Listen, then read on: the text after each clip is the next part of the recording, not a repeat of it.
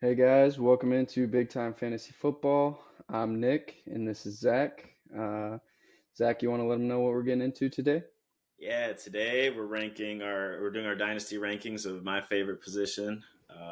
It's the running backs. So we don't have our rookies yet. We're kind of waiting more, at least till the combine, maybe to the draft, just to get a better feel of where guys are going should be going. So we're doing our non-rookie rankings for next year in dynasty fantasy football.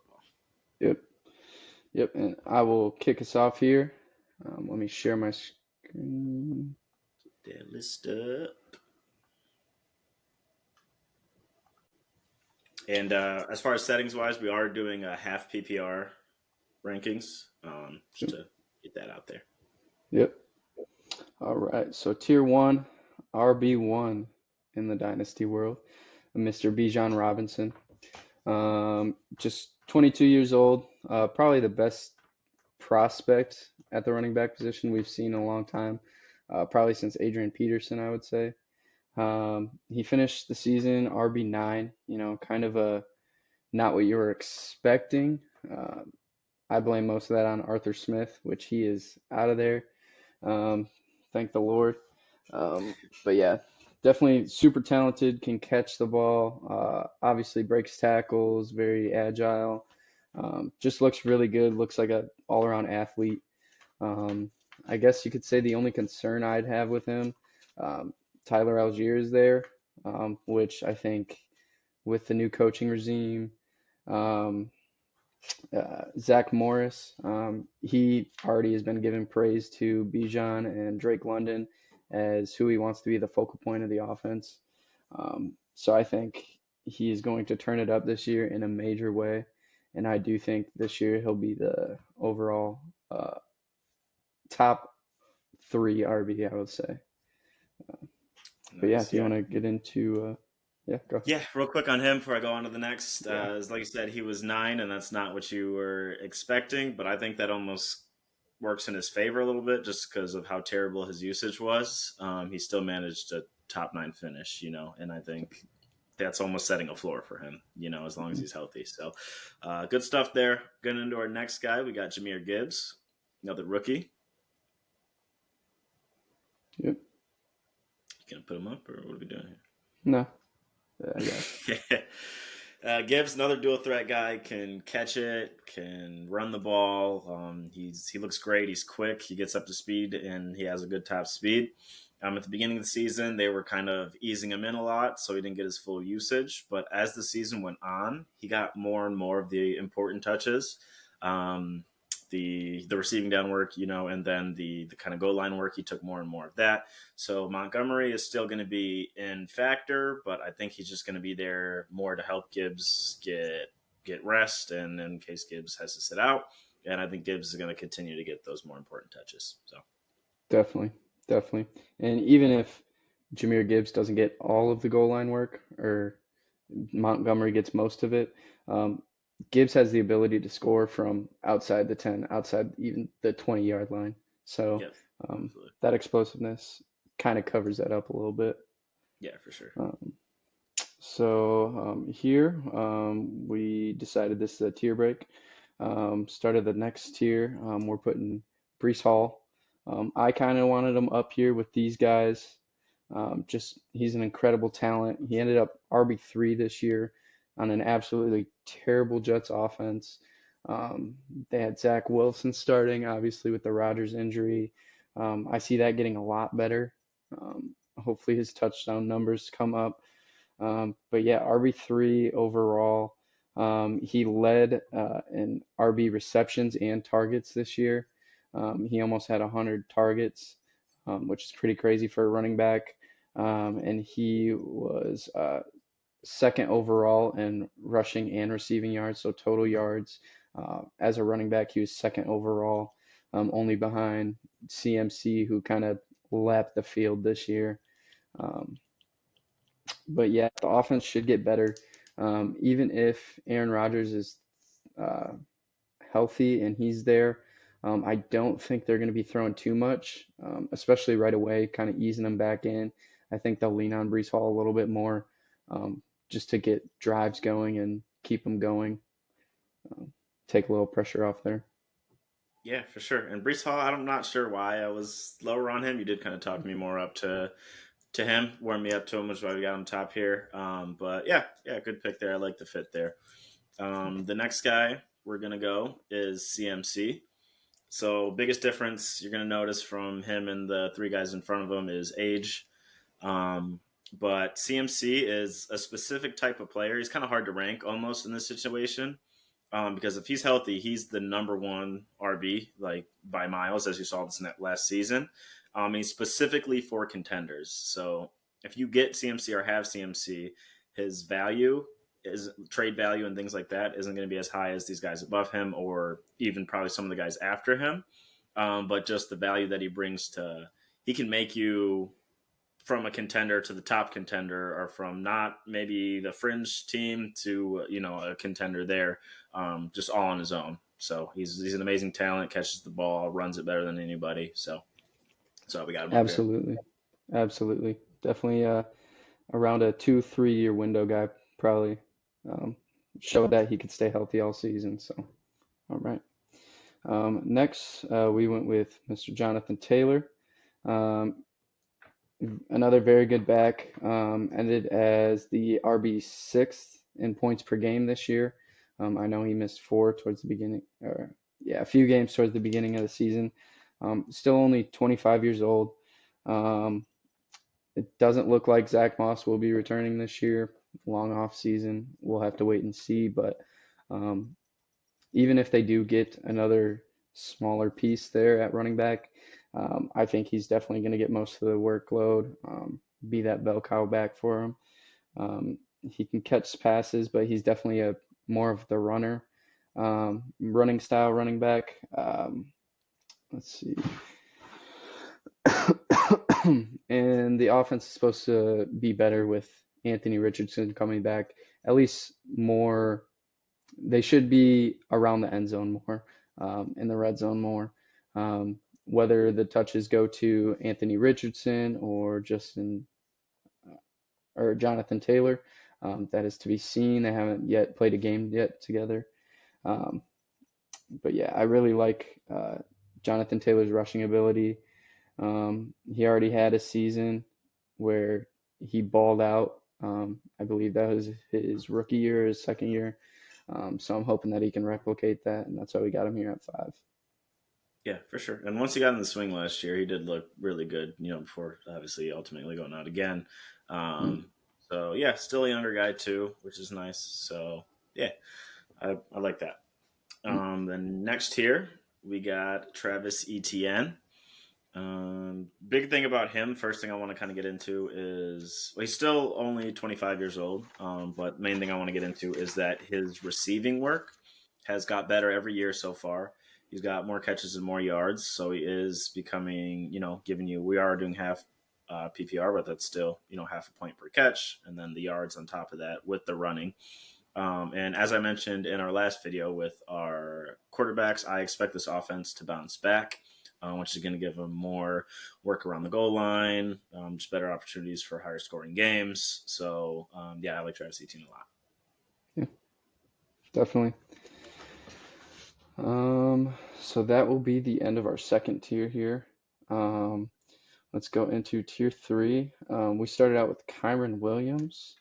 He was the RB5 overall this year, second in points per game, averaging over 20 points per game this year. He's only 23 years old. It was his second year this year. And he actually, I know he missed a couple games with injury, but he actually had 6 games over 20 points in half-point scoring, which is good for second best among running backs, obviously behind Mr. Christian McCaffrey, who seems like he leads almost every stat this year for running backs.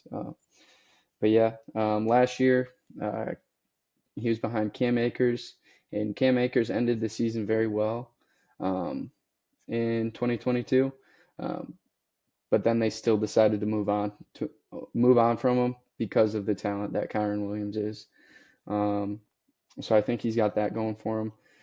However, he is a 5th-round pick, and historically we know that they don't always pan out for more than maybe a year or two.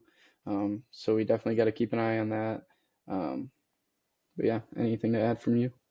No, that last point is great. Is what I was going to add. Is that once you get third rounder past, really the only running back in the league right now that had staying power was Aaron Jones. Outside of that, no matter how good they look in their first two seasons, the team ends up moving on for some reason or another.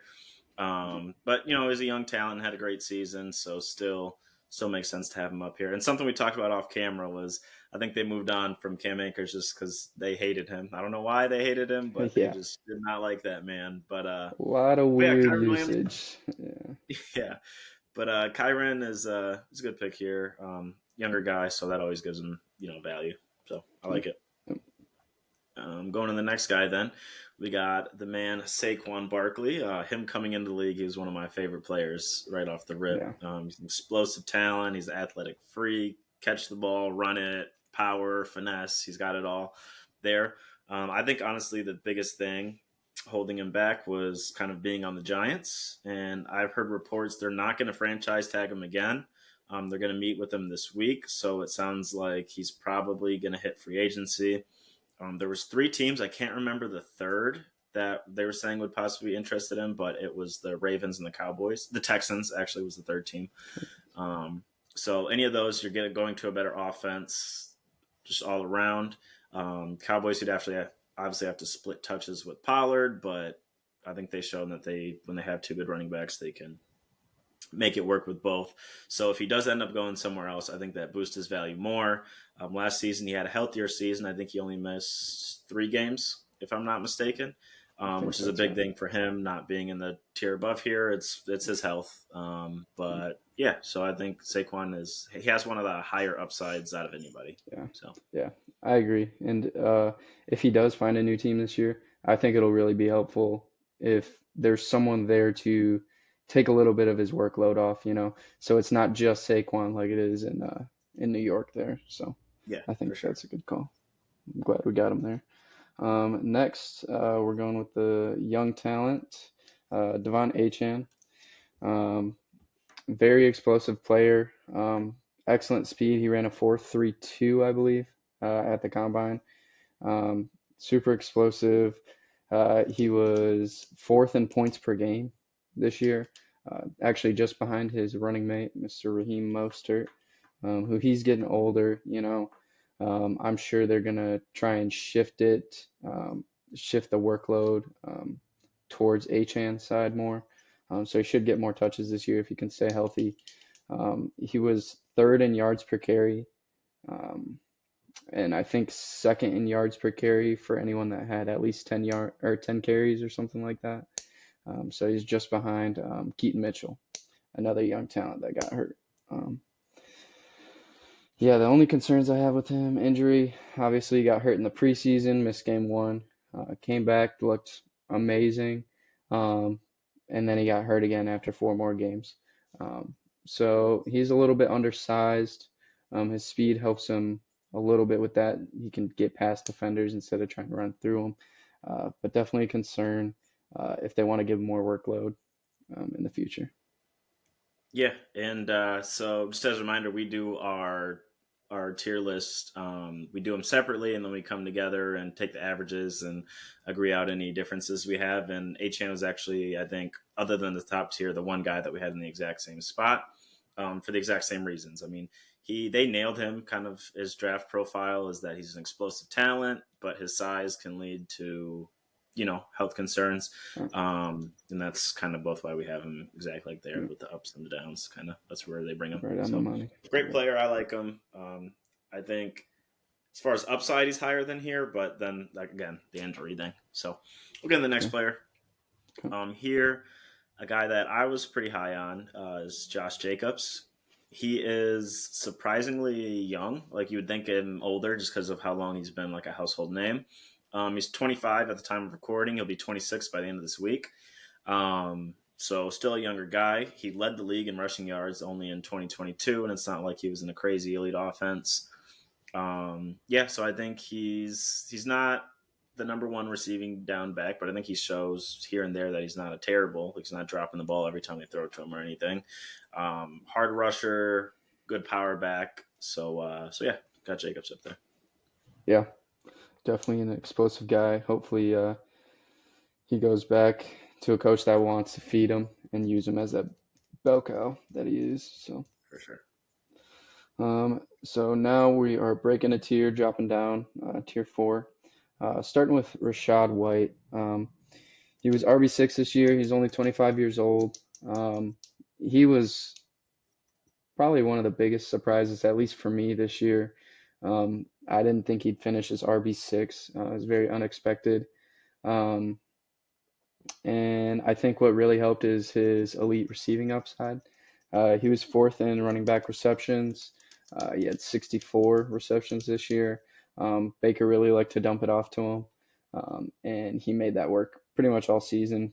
Um, I think going forward, Mike Evans sounds like he might be moving on, um, which moves him up the chart for a receiving option in that offense.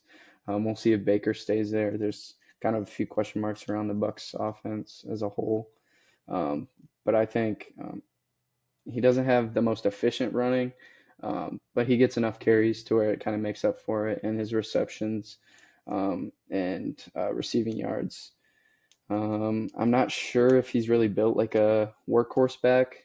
He's got decent height, but he doesn't weigh that much. He's very quick, but I wouldn't say he has the long speed that you want to look for big plays. I feel like someone can track him down pretty easy. But he's definitely got a little bit of burst to him. He was also a third round pick, um, which, as you said, third round pick is kind of the start to where, we don't know how long he's going to stay around. But I think he's at least got this year. This next year, he played super well. So, Yeah, for sure. For sure.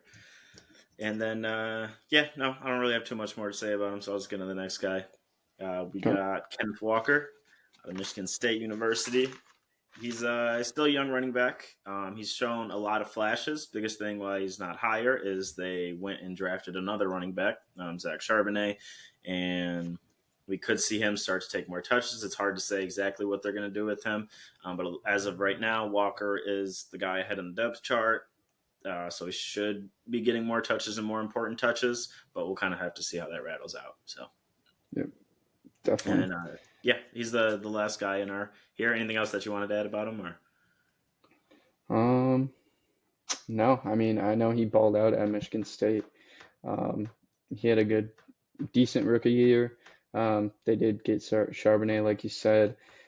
When Kenneth Walker went out, Charbonnet didn't look amazing. Like he got the job done for sure, um, but I don't think that's going to be a long-term solution for them. So I think they're definitely going to use Ken Walker pretty heavily.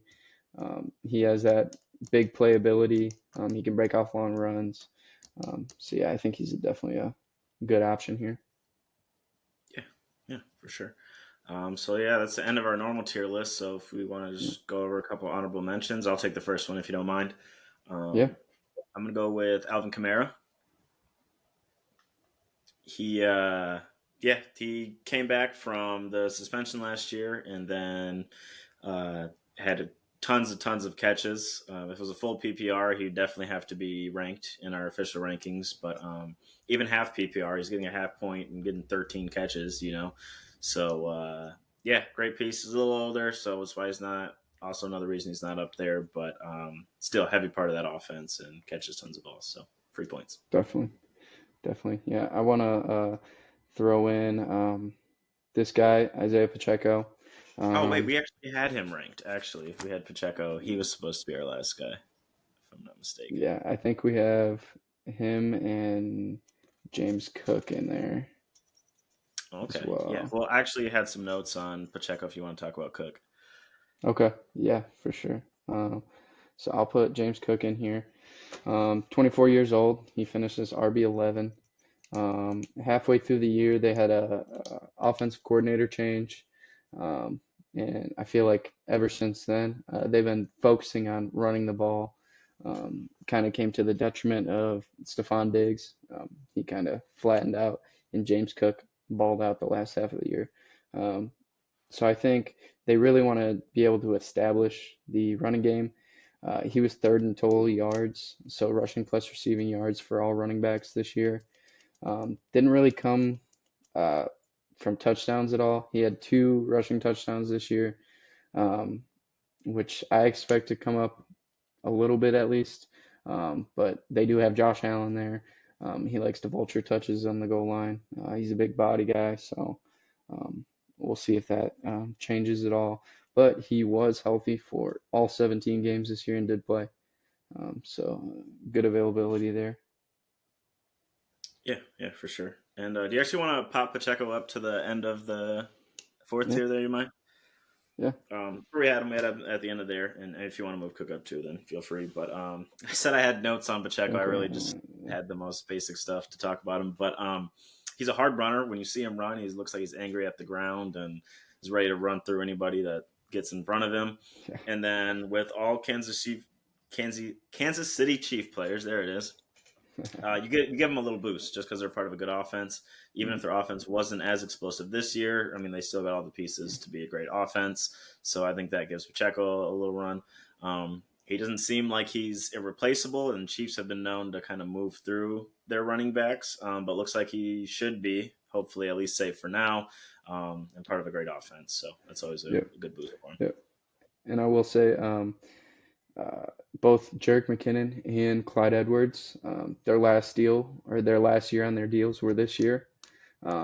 So they are currently are going to be unrestricted free agents after this week, after the Super Bowl. So we'll see. I assume they'll re-sign Clyde. Maybe he's looked a little better. Um, but yeah, Pacheco, a big knock on him going into the year two was his receiving work, which he definitely improved. He started catching balls this year, getting a little bit of more run in there. Um, yeah, Yeah, for sure. Only other cool. guy, I don't know if you want another guy. Only other guy, if you want to throw my man Zeke up there. Don't actually want to talk about him. Just want him to know that. Just want him to know that we miss him, and I We wish he put was him all back the way here. over here. Oh Yeah, boy. that's all. I'm surprised there's one. I'm surprised you haven't talked Um, about yet. You want to talk about your boy? yeah, one of my guys, Javonte Williams. Um, just 23 at the moment. He's gonna be 24 by draft season. Um, he had over 1,000 yards this year from scrimmage. And as we know from the past, Sean Payton likes to use his running backs, a la Reggie Bush, Mark Ingram. So he he was a great talent coming out of school. Definitely had some injury history past couple years, and um, actually tore his ACL, I believe, this past year. Um, but he started to look better and better throughout the season, coming off that injury, and that's all you can hope for first year back after a major knee surgery like that. Um, so he definitely showed some flashes. He's got 1 more year left on his deal this year, and I think he's going to view it as more of like a prove it year, especially if they get a better quarterback, better offense going. He should have more goal line touches, more chances for touchdowns. So definitely like Javante here. Yeah, for sure. And for me, that wraps up, and we could get into Eckler and Stevenson and those type of Yeah. guys. Even Tony Pollard, Um, But I mean, Pollard, he's another guy, good offense, starting running back.